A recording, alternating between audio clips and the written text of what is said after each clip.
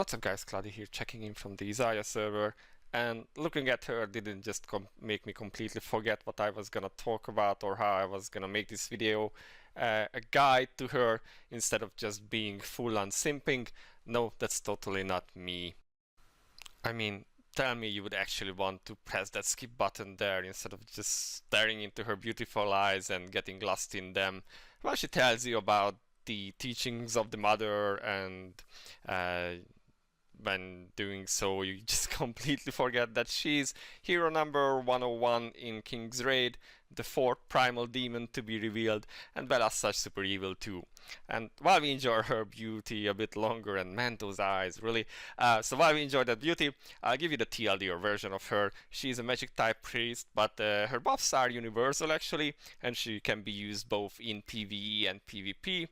The main stats that she uses or that she scales with is health, and the consensus on her seems to be that among the already existing powerful support, she is mostly a side grade. So if you have all of those, then you probably don't need her unless you want to prepare for certain ban situations or when you need to switch things around, or if you simply love her design and want her on your team. Okay, enough simping for now. Let's switch back to the game and see about her skills, perks, and unique gears. So we are here back in the game, where on the left you can see her base costume, which you get at 5-star, and on the right her step-up costume, which reveals her horns among other things. And I quite like the design of this, interesting thing with the bandages, but yeah, it's a very expensive costume, so you have to shell out like 45k rubies during the step-up summon, and I have to say I got like 2 pieces of her gear during that, so that was quite a downer. But we all know that these are just about the costumes really, even if they are pretty expensive. So yeah, let's see what she can do and where she can be used and so on. So starting off, of course, with her S4 skill, because that kinda gives a context to her other skills. So at the beginning of the first battle, reduces own damage dealt to enemies by 50%, so she definitely will not be a DPS. Increases damage taken from enemies by 25%, that's a lot. Increases damage dealt to enemies of allies excluding self by 10%, and reduces damage the allies take from enemies by 10%. So 10% damage increase then to your allies, and they take 10% less damage. That's good. Additionally, grants Baptism of the Goddess effect to an ally with the highest attack, increasing its attack by 10% and defense by 10%. And this will increase, the skill books will increase this to 25% attack and defense. At 4 stacks of Sin, enters into the irremovable state of Path of Salvation. During Path of Salvation, Isaiah does not gain any sin stacks, and Offering of Atonement becomes available. So since they don't say what sin stacks are here, but that's what she gets when she is using her skills. So maybe let's go into the mode where we can see her use her skills, and then you can see what those actually do after a bit of a loading screen, and then we can see how she actually works. So let's see. Her skill 1, at a 15-second cooldown and 3 mana, dispels negative effects from self. Upon use, dispels negative effects from allies within a wide range of self, granting them a shield that absorbs damage equal to 7% of Isaiah's maximum HP for 5 seconds, and healing HP of allies excluding self equal to 5% of Isaiah's maximum HP, plus a value which scales with your attack. While the shield is active, heals a certain number of health every second and gains immunity to CC. To enemies, deals a certain number of magic damage and silences the hit target for 3 seconds. Upon use, Isaiah consumes 20% of her self-current HP and gains an irremovable stack of Sin. So okay, so she has a shield that's a long cooldown, and the shield only lasts 5 seconds, and it's not terribly strong. Like a lot of people who have built Isaiah will have somewhere between 20 to 30 million health on her, which sounds a lot, but even that compared with the 7%, that's like 2 million-ish shield, which is not big. Of course, that's considering spreadsheet or like character sheet values. Of course, in game she has a bit more than that. Healing HP is like alright. It part scales with with her health part with attack. There is some CC immunity there, and there is a silence there. But also this is a dispel, which is quite nice. Let's look at the skill, how it looks like. So interesting light effect there, and then interesting shield and some healing there. So let's see her skill 2, which has two versions, so much like Juno and some other characters. So for 2 mana, at a 12-second cooldown, she moves to the back of the enemy with the highest attack to deal M damage and leave Touch of Mercy for 15 seconds. So as you can see, that's a longer uptime than the cooldown is, which reduces the target's attack by 30%. That's a lot for a baseline skill. And attack speed by 300. Speed is like whatever, most bosses are immune, but the 30% attack reduction, that's huge. Upon use, Isaiah consumes 15% of Self's current HP and gains an irremovable stack of Sin. So now we have a second Sin stack. And then the skill, the second version of the skills become available. This is 3 mana, 12-second cooldown. Moves to the back of the ally with the highest attack to leave Touch of Embrace for 15 seconds. This heals the target HP by a total number and increases the target attack equal to 0.1% of Isaiah's maximum HP. Upon use, Isaiah consumes 15% of Self's current HP and gains an irremovable stack of Sin. So a 30 million health Isaiah would give your highest attacker like 30k attack, which is not a high number. Like, we have seen a lot larger than those. It's not terrible, but it's also not terribly great. So let's see how this looks like. If we cast it, she would be porting back behind your highest attacker ally, so she can port around the battlefield, which can be quite confusing and lead to some interesting situations. And now she has yeah, you can see that buff on her. That looks pretty nice.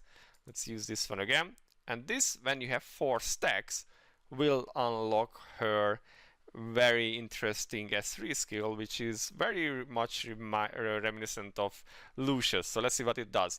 Dispels all negative effects from self upon use. Grant invincibility to allies within a wide range. So this is a second dispel, but only on herself, which means it's uninterruptible. Invincibility to all allies within a wide range of self. So this is like bow shield, but only for 3 seconds, and prevents enemies from receiving positive effects for 3 seconds. So a dispel or cleanse on herself, an invincibility shield to allies close to her, and the continuous dispel on enemies for 3 seconds. Afterward, creates Field of Atonement that lasts for 12 seconds at Self's location. So this moves around with her actually. Every 2 seconds heals HP of allies within Field of Atonement equal to 1% of Isaiah's maximum HP plus a number, and dispels negative effects. So it's a continuous cleanse on your team, cleanse and heal. Enemies within the area take damage every 2 seconds, and the hit target takes 20% increased all damage for 8 seconds. Upon use, Isaiah consumes 50% of Self's current HP. So let's go through this again.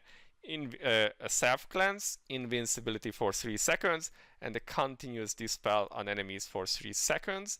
Afterwards, a field that lasts for 12 seconds at her own location, and every 2 seconds healing your the HP of your ally and dispelling negative effects. Enemies in this area will be taking damage and taking increased damage, and then the perks will make this, or the perks and the unique treasure make this even funnier.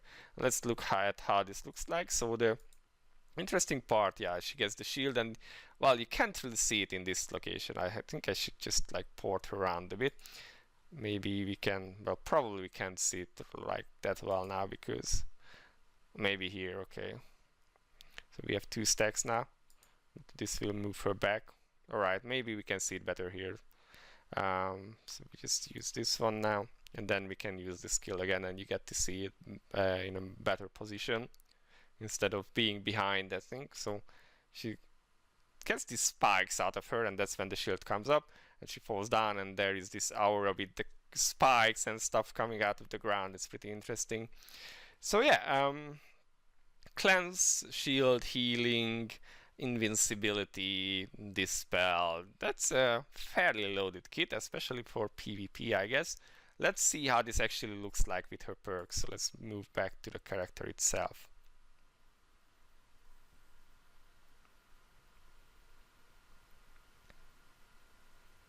After some loading time.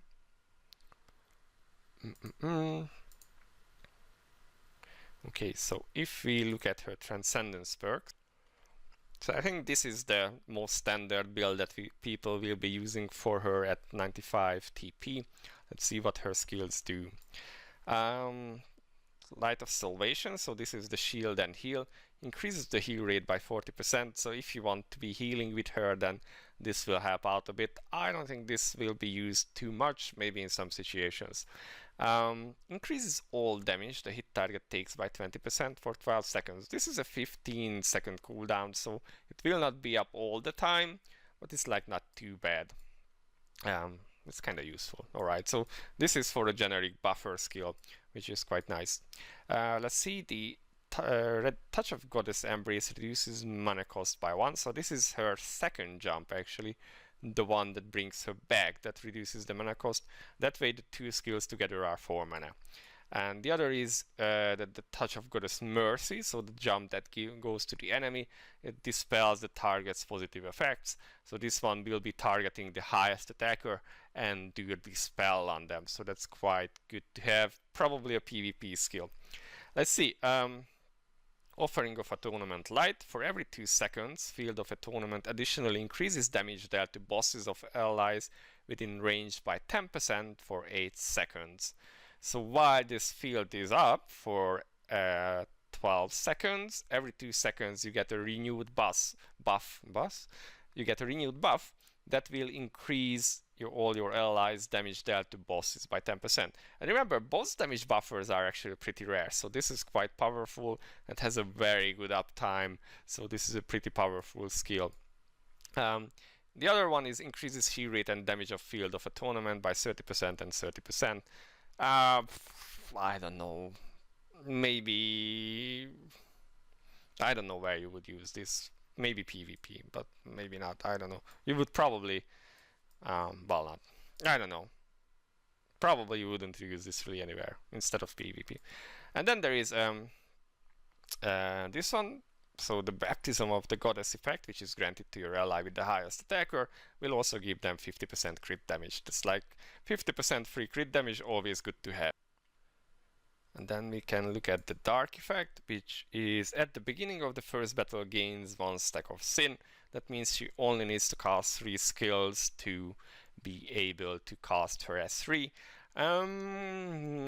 PvP, like I don't really see where else you would be using this. It means that going through her S1, S2, 1, S2, 2, you will be able to cast the Sin or the S3 skill. So yeah, it's alright, but like definitely PvP stuff, and maybe not even worth there, who knows. And then finally reduces her tier 5 Dark, reduces all damage self takes by 150. So that's like 150 toughness, and increases heal rate by 15%. So this kind of helps her to not die so easily because she has that built-in extra damage taken effect. Yeah, so anywhere where she would be exposed to damage, this is a pretty good perk to have. And then finally her light perk is increases attack, defense, HP by 15%, and then HP by another 10%. This is a kind of a toss-up between extra defense and extra health. This one will give you more defense and health, but you will not get any attacks, so her heals will be a bit lower. But I don't really think that you are building her for the healing capability anyway, so you can probably skip that, unless you do like one of the new, say, Arcdim raids where this perk will not really be useful then, and if you don't need the extra crit or speed from her, then you can pick this up for extra stuff. But yeah, these are her perks. Really, I think this is the standard build that you will be using, so let's move on to her unique gears and unique weapon, unique treasures, and soul weapon, and see what all of those do. So moving to her soul unique weapon, which is 4-star for me. Now, upon every skill use, heals own HP equal to 8.4% of maximum HP over 4 seconds. So this is a heal over time, which is quite nice. Normal and skill attacks increase all damage the target takes by 16.8%. Let's see how that looks like at maximum. That will be 10% HP over 4 seconds. That's quite nice. And the hit target takes 20% HP for 8 seconds. So technically, upon every skill use. So yeah, so she has fairly long cooldowns. This won't be up all the time, but it's a heal over time effect, which is very powerful, especially in auto mode raids, where you want to have continuous healing, so your heals aren't wasted when you are on max health and then die 2 seconds later. So that's pretty nice actually. And then the uptime of this buff is pretty much all the time there because auto attacks refresh it. So that's quite nice. Let's see her unique treasures. I have 3 of them. And the main one for PvE would be her unique treasure 4, which increases the number of the ally with the highest attack by 1. So it means 2 allies will be affected by this. And the baptism of the goddess effect will additionally increase the damage dealt to non-hero enemies of the ally with the highest attack by 7%. So basically, now her S4 buff will go to 2 allies instead of 1. That means more attack and more defense for them, and they also get non-hero damage. This goes up to like 8%, I believe, which is not a terribly high number, but most of these buffs are usually not too big in the first place if using Xiao or Jane, for instance. So 8% or 88% is really good. Yeah. Let's see her other stuff. We have Offering of Atonement. So this is her S3. Increases the duration of invincibility by 1 second, and the effect preventing enemies from receiving positive effects by 1 second. So the initial invincibility increases, and also the aura that or the effect afterwards that dispels everything from the enemies. Then the aura that comes afterwards will increase mana for your allies and reduce mana for your enemies. So that's quite dope. And if you look at this, so the initial effect, the invincibility and the aura doesn't increase, but you get more mana for your allies. That's not too bad, 200 mana per sec actually, if you look at it that way. And also mana drain, that can be quite a pain, to be honest. This is definitely her PvP UT. Wouldn't really use it anywhere else. And then there is the UT2, which could be an interesting one. The target hit by Touch of Mercy, so the one that targets the highest attacker in the enemy team, will take increased all damage for 15 seconds, and the Touch of the Goddess Embrace will increase the target's attack speed by 300. So this is the one that hits your ally. And if we go to the 5-star, this will be a 20% increased all damage, and a bit, yeah, that's actually stuck at 300. That doesn't scale at all. Interesting. Yeah, all damage amp is nice, but doesn't. But it's like the way it works with layers. The non-hero damage one is better. So for PvE, I would just build the UT4, I believe. I wouldn't really bother with this one. And then let's quickly go to the index, where we should be able to find her 4th unique treasure, which I do not have yet. Okay, so here we go. The unique treasure 1, so her increases the duration of her shield by all the way to 3 seconds, and the silence that comes with it by 1 second. So this makes the 5-second shield go to 8 seconds, and the silence for 3 seconds, so that's a 4-second silence, which is not a small number actually, especially in PvP. Yeah, this could be interesting. If you wanted to be her to be like main healer maybe, or like a single healer, you could do something weird, like use S1 CDR on her, trying to push the shield uptime better, because a 15-second cooldown and even 8-second uptime is pretty low. So I wouldn't really bother with this one, to be honest, especially since the shield itself isn't that strong either. would say if you need shields, you should still go to one of the phrase probably, and then leave buffing to Isaiah where you can do that. But okay, let's go back to her. Let's see her soul weapon and what it does. So let's see, manage soul weapon, see what it does.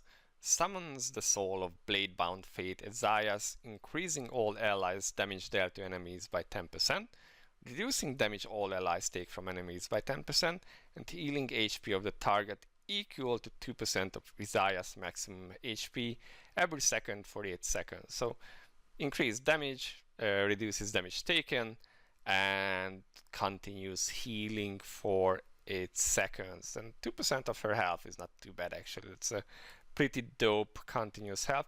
Now the healing, now the charges on this is pretty low. That's 4 charge. So even on manual play, you will run out of charges super fast, especially in like 5 minutes battles or like Valkazar. So definitely she will probably want at least one line, TM line, that increases her soul weapon charges. But let's see what it does on advancement phase 1 and 2. Increases the duration by 4 seconds and reduces skill activation requirements by 4 seconds. So that's a very low 16-second cooldown. That's pretty dope, and it lasts for 12 seconds now, so that's quite nice, really. It also means that an auto, she will burn through her soul weapon charges super fast, so that kinda makes her tricky to be used, because you really want her to be using her skills at the right time. And say in world bosses, your manual team is already pretty tightly loaded with, like, you need your main DPS, you need OD, you probably want Veronica there, and that leaves you like at the best one spot, and that's usually either Lovril or Estelle, or depending on the fight, because you need to time those skills. So this is a bit but okay, let's see. Advancement phase 2, upon every soul weapon skill use, increases damage dealt to enemies by an additional 3%, and reduces damage taken from enemies by an additional 3%. Now what this means is that by default this gives a 10% increase in damage dealt and decrease in damage taken, and every time you use your soul weapon this goes up by 3%. So the next time you would get 13% on these, then 16, 19, and so on and so on. You can easily test this if you go into the training dummy and start casting the soul weapon. You can see your auto attack damage going up by a little bit each time you use it. And if you don't cast any buffs before, then you can pretty much see that how this is consistently growing as you use her soul weapon, which means that her soul weapon becomes stronger and stronger with every use, and it means that for longer fights the buff becomes pretty nice. So at 4 uses, that makes it like a 12% increase. So that's quite nice. Over the initial 10% it would go to like 22, which is good. That's a nice a number of damage increase. Okay, so TM gears, how would you gear her? Most people I have seen who have already built her, and mine is not there yet, you will probably want Escalon gear set for priest, because that gives attack, and then mostly health stats on her, depending on the use. Because for instance in Valkazar she might be already, well, if you run without a tank, she will be your tank, and she also tends to be porting around and going into melee range in various situations, so she does need to be a bit tanky. But a lot of people just build her with health and like all health lines in the stats. She can run anywhere between like 20 to 30 million health, so that's what you can expect. But again, if you need her to tank somewhere, or you are worried that she gets one hit, then you might want to consider some block and defense stats on herself. The skill lines themselves, I would say if she wants at least one extra use of her soul weapon, because 4 is just not enough, especially if you auto her. That's just, unless it's like a very short fight where you plan to use her, you will run out of charges. And even on manual, like on Valkazar, you usually get 5 soul weapon phases, and yeah, so you want that extra. Simple as that. Other than that, optional things that you can have: attack aura or crit damage aura for your deep or for your team. That's always useful, makes them do more damage. Alternatively, you can consider stuff like cooldown reduction, but for scoring content I would just go with those two auras really. That would give her the most use. Interesting things about her uses. So I said she is mostly a side grade on teams that already do not run Oddie. She can replace, either take Oddie's place. In Magic teams, she can take the tank's place in certain situations. She doesn't replace Estelle, but when there is an Estelle ban like this week, then she can be fit into the comp. And for physical teams, for instance, she could replace Lavril. I know, for instance, Jon was running his Proteanus team without Lavril, and he got better scores that way than when he was running Lavril before. So that's an option. Will she have a permanent spot on scoring content? Probably not. But she's an option, especially during bans. Again, Oddie can be banned, Jane can be banned, Esther can be banned. Whatever is banned, she can jump in and still perform very, very well. Maybe not quite as good as the other ones, but she can do some serious good stuff. And there is one interesting part about her skills, that her offering of Atonement, which grants invincibility, lets you not be affected by Vel'Khazar's knockback skill, which does actually say that you cannot resist this one, but apparently invincibility trumps that. I would like to show this to you, but sadly my own run was really messed up because I wasn't quite prepared for it yet. But thankfully the amazing Aoi Okami allowed me to use snippets from her videos, so let's just jump into that and see how that actually works in action. So here we are in the video, soul weapon phase coming up, and of course skill 3 is gonna be a knockback, which can be pretty bad for your DPS, especially with certain comps. You can see Isaiah is using her S3, blocking the damage, and that way the team doesn't get knocked back, doesn't need to run up again, which saves you a lot of time, and that's just pretty useful. If you want to watch the video itself, I will leave it in the comment section below. It's a pretty decent run, so I recommend you guys watch it. And again, thank you very much for letting me borrow your footage, Okami. I'm super grateful, so thanks so much. So, coming back from that very nice vid to the game, to wrap things up, I think we have covered her skills, build, unique and TM gears. So let's see where she is actually useful. I would say TM raids is not really her forte, because as a single healer she is not really strong enough, in my opinion, to keep people alive.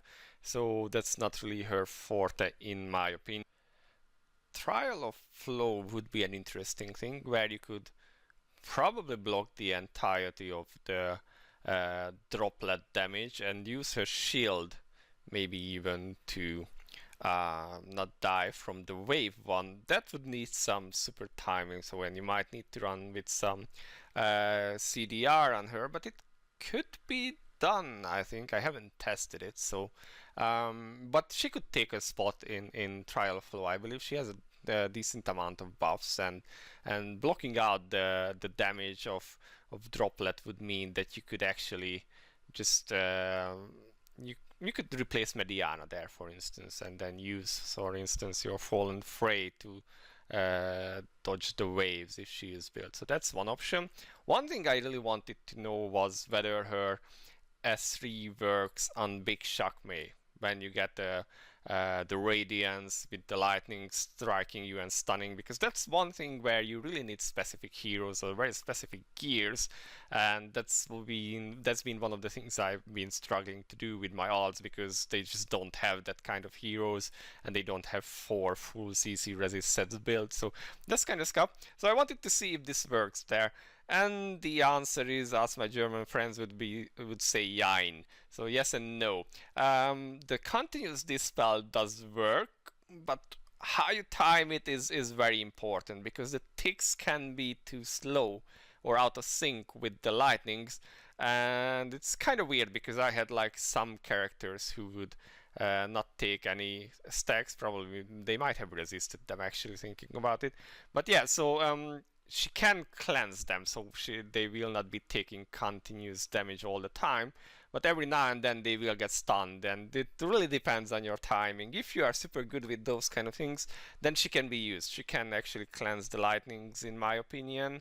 I did get through those stages with her, but yeah, it's not easy. So I definitely took some stacks there and some damage. If you pair her with someone who can continuously heal, like say a Shea or a Kaula, that could actually work. And she definitely has a decent amount of DPS buff for your characters, and this also means that you don't need one of those continuous cleanser like Sarah or Evan with the undispellable shield, or Lucius, which was an option before.